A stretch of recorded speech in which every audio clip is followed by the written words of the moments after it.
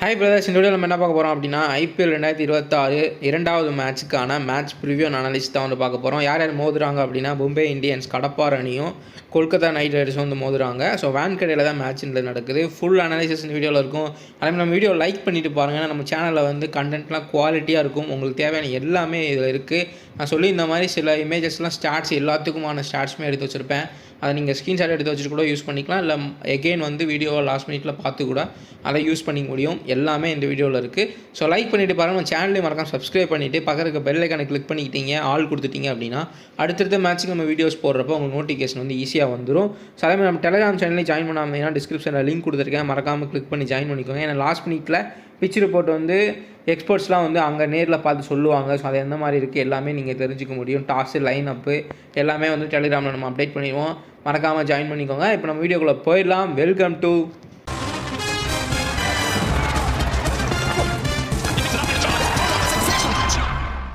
So first pitch ரிப்போர்ட்லேருந்து start பண்ணிடலாம். So Wankhede ஸ்டேடியமில் தான் மேட்ச்ன்றது நடக்குது.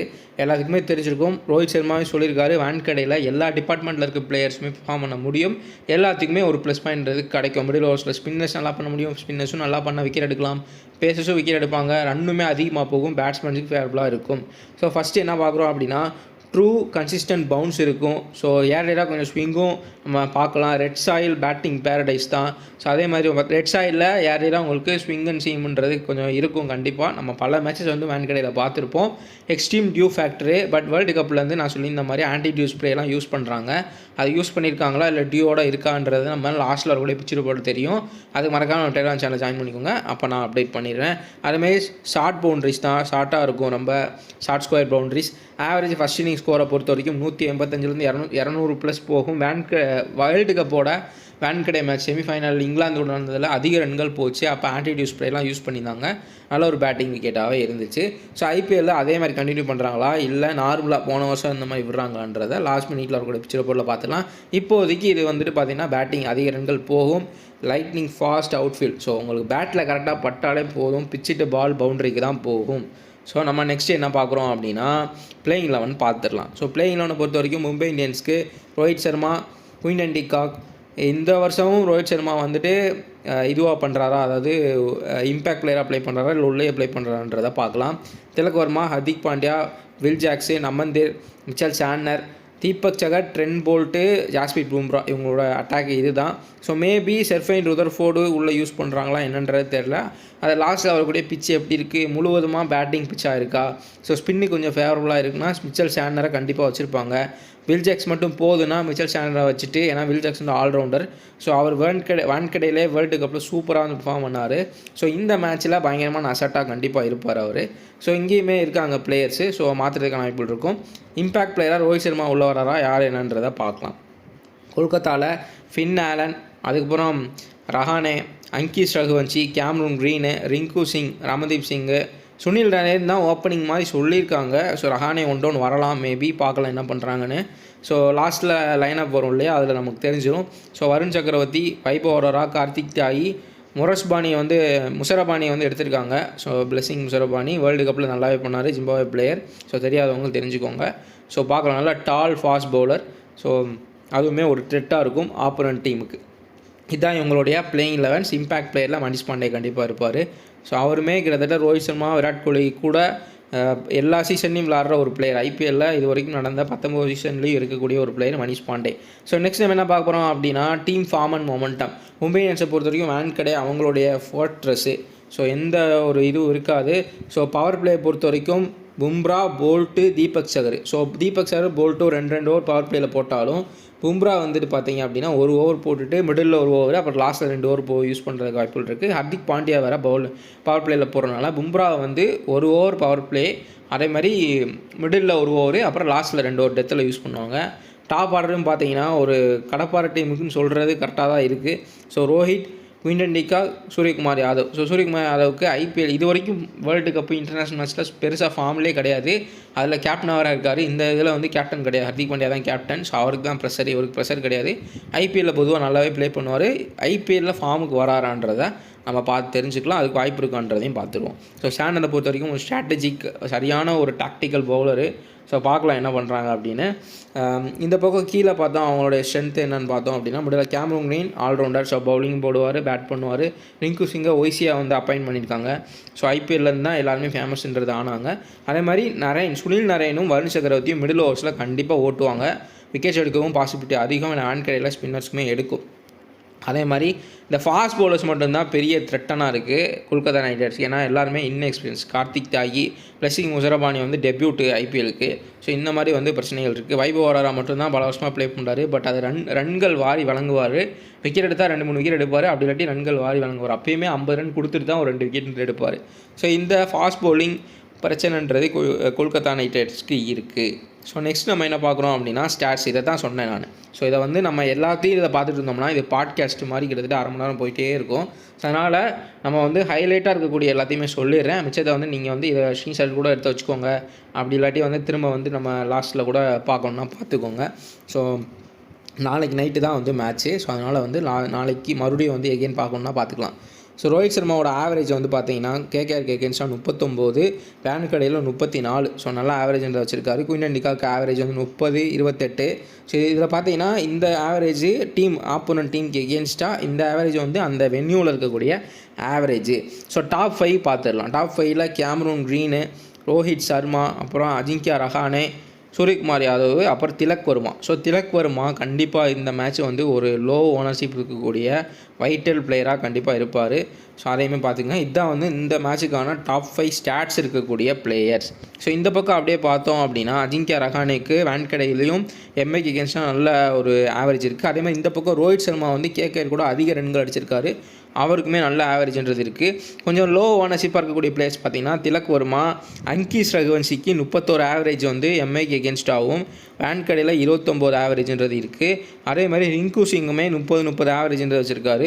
அதுவுமே அதிக ஸ்ட்ரைக் ரேட்டில் அடிக்கிறனால அவங்க கூடுதல் பலமாக இருக்கும் அவங்களோட டீமுக்கும் நமக்கும். ஸோ சுனில் நரேனை பொறுத்த வரைக்கும் ஒரு விக்கெட் ஆவரேஜ் 5 ரன் ஆவரேஜ் தான் வச்சுருக்காரு. பட் விக்கெட்ஸ் வந்து 26 விக்கெட் எடுத்திருக்காரு. ஒரு விக்கெட் ஆவரேஜ் எம்ஐக்கு எகென்ஸ்டாக. ஸோ இந்த பக்கம் வான்கடையில் ஒரே ஒரு விக்கெட் ஆவரேஜ் 5 ரன் தான் ஆவரேஜ். ஸோ இவருக்கு பெரிய மைனஸ்ன்றது இருக்குது. என்னன்னா சுனில் நரேன் வந்து அதிக டைம் வந்து ட்ரெண்ட் போல்ட்டுக்கு அவுட் ஆகிருக்காரு. ஸோ கொஞ்சம் கண்டிப்பாக வந்து ட்ரெண்ட் போல்ட்டு, தீபக் சகர், அதுக்கப்புறம் வந்து ஓப்பனிங் வந்தார் அப்படின்னா சுனில் நரேன் டக் அவுட் ஆகிறது கூட வாய்ப்புகள் ரொம்ப அதிகம். பேட்டிங்கில் ஹிட் ஆகிறதுக்கான வாய்ப்புகள் ரொம்ப கம்மி. ஏன்னா இந்த பக்கம் நீங்கள் பவுலிங் அட்டாக் பார்த்தாலே தெரியும். ஹர்திக் பாண்டியா போடுவார், ட்ரெண்ட் போல்ட், தீபக் சகர், பும்ரா இவங்கெல்லாம் வந்து தாண்டி ஒரு கிளிக் ஆகிறதுக்கான வாய்ப்புகள் ரொம்ப கம்மி. ஒரே ஒரு வாய்ப்பு தான் இருக்குது. இவங்க ஃபுல் அண்ட் ஃபுல் வந்துட்டு நம்ம லாஸ்ட்டில் வரக்கூடிய பிச் ரிப்போர்ட்டில் தரமான பேட்டிங் விக்கெட்டு ஃப்ளாட்டாக இருக்குது, எந்த ஒரு மூமெண்ட்டும் இல்லை அப்படின்னா மட்டும்தான் பவர் பிளே யூஸ் பண்ணி சுனில் நரேன் அதிக ரன்கள் அடிக்க முடியும். ஸோ வருண் சக்கரி வந்து பார்த்திங்கன்னா ஒரு விக்கெட் ஆவரேஜும் வான்கடையிலையும் எம்ஐ எகென்ஸ்டாக ஒரு விக்கெட் ஆவரேஜ்ன்றது தான் இருக்குது. ஸோ அதையுமே வந்து நோட் பண்ணிக்கோங்க. ப்ளஸிங் முசரபானி ஒரு சூப்பர்பான ஒரு அசட்டு. பட் வந்து பார்த்தீங்க அப்படின்னா டெபியூட் இன்றைக்கி வந்து இந்த மேட்ச் வந்து டெபியூட் ஆகுறாரு. ஸோ அதனால் எந்த ஸ்டாட்ஸுமே அவருக்கு கிடையாது. ஸோ அதேமாதிரி நோட் பண்ணிக்கோங்க. மிச்சம் இருக்கக்கூடிய ஸ்டாட்ஸ்லாம் நீங்கள் பார்த்துக்கோங்க. நமந்தீருமே ஒரு நம்ம யோசிக்காத ஒரு player. So 28 average, 26 average. So அதெல்லாம் வந்து வச்சுருக்காரு நமந்தீர். ஸோ சாண்டரை பொறுத்த வரைக்கும் அவர் ஒரு விக்கெட் ஆவரேஜ் 13 ரன் 18 ரன்ன்றதை வச்சுருக்காரு. ஸோ வில் ஜாக்ஸ்க்கு இந்த ரெண்டுலேயுமே வந்து நல்ல ஆவரேஜ்ன்றது இருக்குது. பொதுவாக வான்கடையில் இப்போ ரீசெண்டாகவுமே நல்லா பர்ஃபார்மன்ஸ் பண்ணியிருக்காரு. ஸோ நம்ம நெக்ஸ்ட் செக்ஷன் போகலாம். நம்ம பவுலர் இம்பேக்ட் அனலைசிஸ் பார்த்துக்கலாம். நான் சொல்லியிருந்த மாதிரி பவுலர்ஸில் இங்கே Trent Boult impact critical, Jasprit Bumrah impact critical, Deepak சகர் இவருமே வந்து அவுட் ஸ்விங் பண்ணுவார். இவர் ட்ரெண்ட் போல்ட் இன்ஸ்விங் பண்ணுவார். ஸோ ரெண்டு பக்கம் பவர் பிளேயில் பயங்கரமாக போடுவாங்க. ஸோ சுனில் நரேன் கண்டிப்பாக பவர் பிளேயில் அவுட் ஆகிறதுக்கான வாய்ப்புகள் ரொம்ப அதிகம். ஃபின்னாலருமே அதே மாதிரி ஒரு ஹிட்டர் தான். பட் இப்போதைக்கு இந்த வருஷம் பிபிஎல்லேருந்து தொடங்கி எல்லாத்துலேயுமே வந்து பயங்கரமான ஃபார்மில் இருக்கார் ஃபின்னாலன். ஃபைனலில் மட்டும் கொஞ்சம் சொதப்புனாங்க. அவங்க டோட்டல் டீமே சொதப்புனாங்க வேர்ல்டு கப் ஃபைனலில். பட் ஸ்டில் அவருக்குமே இங்கே த்ரெட்டுன்றது கண்டிப்பாக இருக்குது. பட் சுனில் நரேன் பவுலிங்கில் எம்ஐக்கு எகென்ஸ்டாக சூப்பராக வந்து பண்ணியிருக்காரு. இம்பேக்ட் லெவர் மிஸ்ட்ரி ஸ்பின் போகிறனால மிடில் ஓவர்ஸில் ரெஸ்ட்ரிக்ட் பண்ண முடியும். அதே மாதிரி வருண் சக்கரவர்த்தி ஒரு ஓவர் வந்து ரொம்ப டாட் பாலாக ஃபுல்லாக வச்சு ஓட்டிட்டாங்க அப்படின்னா அடுத்து வரக்கூடிய பவுலருக்கு விக்கெட் விழுகும். ஸோ கிரிக்கெட்டில் அது ஒன்று நடக்கும். இப்போ நம்ம வருண் சக்கரவர்த்தி வந்து பார்த்திங்க அப்படின்னா அந்த ஓவர் பயங்கரமாக ரெஸ்ட்ரிக்ட் பண்ணி ஒரு ரன் இல்லை மேடின்லாம் போட்டார் அப்படின்னா அடுத்த ஓவர் வரக்கூடிய பவுலர் யாராக இருந்தாலும் விக்கெட் விழுகும். கொஞ்சம் நல்லா போட்டாலேன்னா அடிக்க போய் அவுட் ஆயிடுவாங்க பேட்ஸ்மேன்ஸ். ஸோ சுனில் நரேன் வந்து பார்த்திங்க அப்படின்னா 26 விக்கெட் எடுத்திருக்காரு அவர் கெரியரில். எம்ஐக்கு எகென்ஸ்டாக நல்ல ஒரு ஆவரேஜ்ன்றது இருக்குது. ஸோ அதனால் வந்து நீங்கள் பவுலராக கன்சிடர் பண்ணுறீங்க அப்படின்னா சுனில் நரேன் கன்சிடர் பண்ணிக்கலாம். ஹெட் டு ஹெட் பார்த்துடலாம். மென்டல் ஏஜை பொறுத்த வரைக்கும் மேசிவான ஒரு மென்டல் ஏஜ் வந்து மும்பை இந்தியன்ஸுக்கு தான் இருக்குது. அவங்களுடைய இடத்துல நடக்கிறனால பின்னாடியும் சிஎஃப் ப்ளூ ஸ்டேடியம்லேயும் கண்டிப்பாக நம்ம ஒரு நீலக்கடல் தான் பார்ப்போம். ஸோ இந்த பக்கம் பார்த்தோம் அப்படின்னா மினிமமாக டோர்னமெண்ட்டில் எம்ஐ வந்து இந்த கிரவுண்டில் டாமினன்ட் பண்ணியிருக்காங்க. ஸோ கேகேஆர் வந்து 10க்கும் கம்மியாக தான் வின் பண்ணியிருக்காங்க. எம்ஐ வந்து 20+ வின் பண்ணியிருக்காங்க. வான்கடேயில் ரொம்ப அதிகமான ஒரு ஹெட் டு ஹெட் ஸ்டாட்ஸ்ன்றது எம்ஐக்கு தான் இருக்குது. ஸோ மேசிவ் மென்டாலிட்டி வந்து கண்டிப்பாக மும்பை இந்தியன்ஸுக்கு தான். இந்த பக்கம் கேகேஆர் நான் சொல்லிய மாதிரி ஃபாஸ்ட் பவுலிங்க்கு ரொம்ப ஒரு இதுவாகவும் இருக்குது, மைனஸ்ன்றது இருக்குது. ஸோ ஃபுல் அண்ட் ஃபுல் வந்து ஒரு பேட்டிங் பிச்சாகவே இருந்தாலும் இந்த பக்கம் நமக்கு தரமான பவுலர்ஸ் இருக்காங்க. பும்ரா எப்படிப்பட்ட பேட்டிங் பிச்னாலும் எப்படி போடுவார்ன்றது எல்லாருக்குமே தெரியும். ஸோ இப்போ மேட்ச் அப் மேட்ரிக்ஸ்ன்றதை பார்த்துடலாம். மேட்ச் அப் மேட்ரிக்ஸை பொறுத்த வரைக்கும் இந்த பக்கம் ட்ரெண்ட் போல்ட்டு, இந்த பக்கம் தீபக் சகர், 2 பேருமே நான் சொல்லியிருந்த மாதிரி போல்ட்டு இன்ஸ்விங் பண்ணுவார், இவர் அவுட் ஸ்விங் பண்ணுவார் தீபக் சகர்.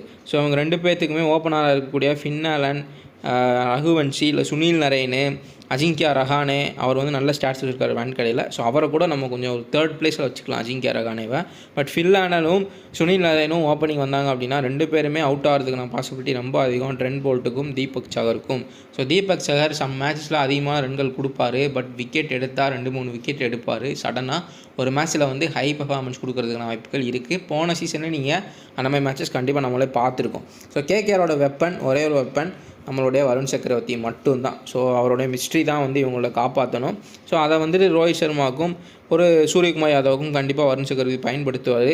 பட் ரிஸ்க்கை பொறுத்த வரைக்கும் எம்ஐ பேட்டர்ஸ்க்கு இதில் ரிஸ்க்கு. இங்கே பார்த்தீங்கன்னா எம்ஐக்கு மேலே இருக்கக்கூடிய ட்ரெண்ட் போல்ட் அண்ட் தீபக் சரோடைய மேட்சப் மேட்ரிக்ஸில் மும்பை இந்தியன்ஸ் தான் அட்வான்டேஜ்ன்றது இருக்குது. ஸோ அதேமாதிரி நோட் பண்ணிக்கோங்க. நம்ம நெக்ஸ்ட் செக்ஷனுக்கு போகலாம்.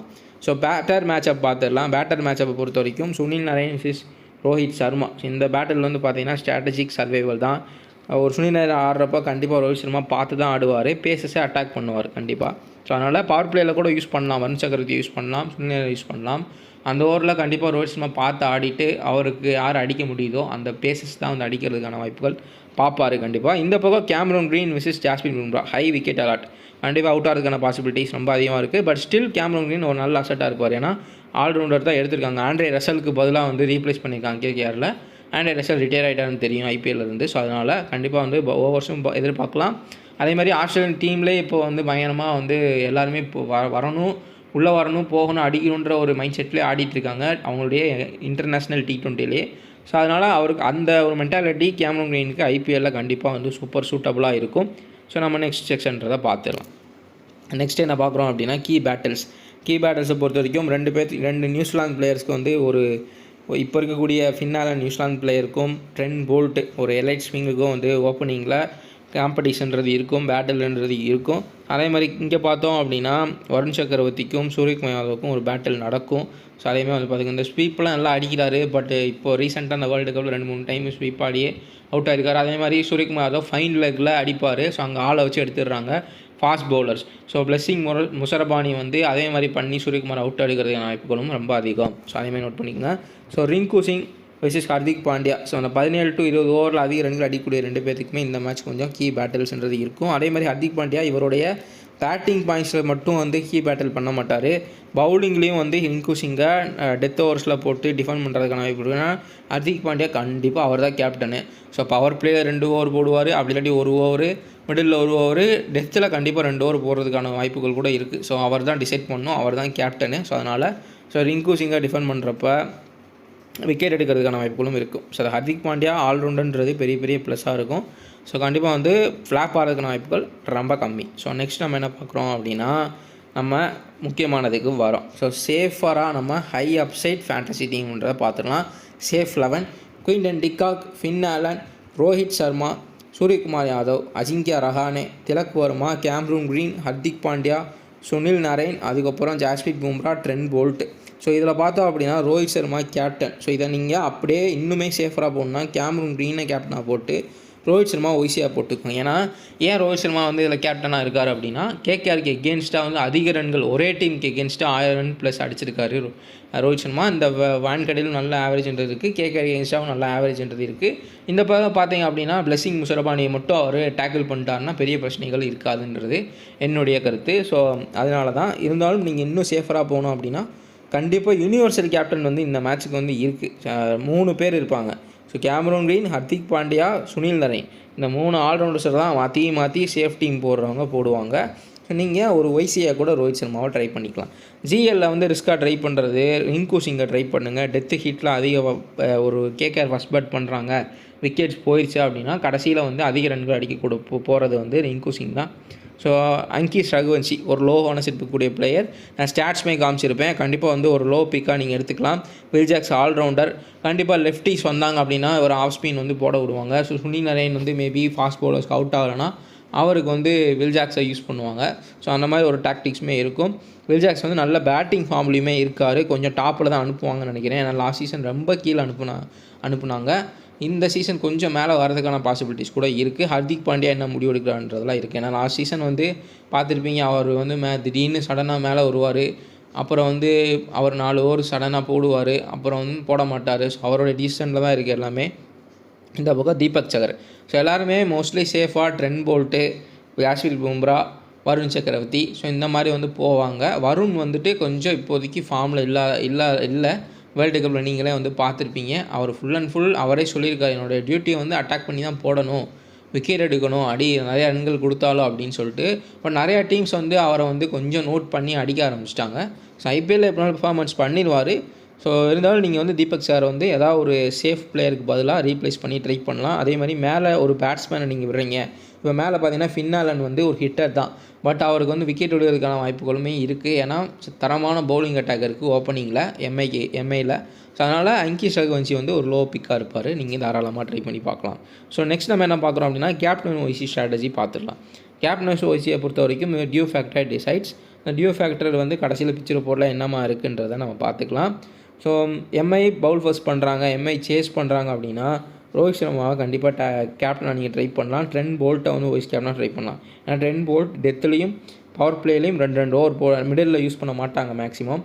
ஸோ அதனால் வந்து பவர் பிளேயில் ஒரு 2 ஓவர், அதேமாதிரி பவர் பிளேயில் அதிக விக்கெட்டுக்கு எடுத்த ஒரு பிளேயருமே ட்ரெண்ட் போல்ட் தான். So Trent Boult and Rohit சர்மாவை நீங்கள் ட்ரை பண்ணி பார்க்கலாம். எம்ஐ வந்து சேஸ் பண்ணாங்க அப்படின்னா. கேகேஆர் சேஸ் பண்ணாங்க, கேகேஆர் பவுல் ஃபர்ஸ்ட் பண்ணுறாங்கன்னா கேமரூன் க்ரீனை கேப்டனாக போட்டு அதே மாதிரி சூரியகுமார் யாதவை நீங்கள் வைஸ் கேப்டனாக ட்ரை பண்ணலாம். ஏன்னா ஃபஸ்ட் பேட்டிங் அப்போது அதிக பால்ஸு ஸ்ட்ரைக்ஸுன்றது அவருக்கு கண்டிப்பாக கிடைக்கும். விக்கெட்ஸுமே ஓப்பனிங்கில் ஒரு 2-3 விக்கெட் போயிடும். ஸோ அதனால் வந்து சூரியகுமார் யாதவ் ஐபிஎல்லில் யூஸ் பண்ணி அதிகமான அவருடைய பழைய ஃபார்முக்கு வரதுக்கான பாசிபிலிட்டிஸுமே இருக்குது. ஸோ இந்த மாதிரி நீங்கள் ட்ரை பண்ணலாம்.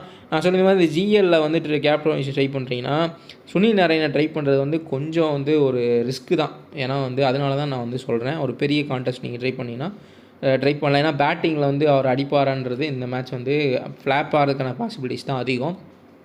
திலக் வர்மாவை கேப்டனாக ட்ரை பண்ணலாம், ஒரு நல்ல அசட். ஸோ கண்டிப்பாக ஒரு லோ ஓனர்ஷிப் இருக்கனால திலக் வர்மாவை ட்ரை பண்ணிக்கலாம். இந்த பக்கம் சுனில் நரேன், அப்படி இல்லாட்டி இன்னொரு லோ ஓனர்ஷிப் ஹை ஸ்டாட்ஸ் இருக்கக்கூடிய ஒரு பிளேயரை ட்ரை பண்ணுங்கள்.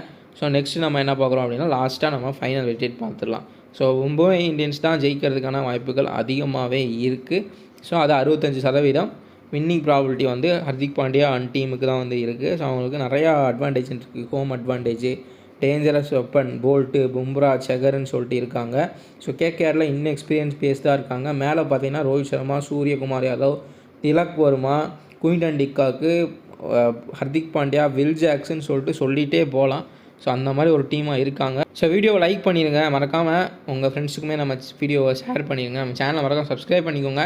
டெலிகிராம் சேனலையும் ஜாயின் பண்ணிக்கோங்க. நம்ம நெக்ஸ்ட் வீடியோவில் பார்க்கலாம்.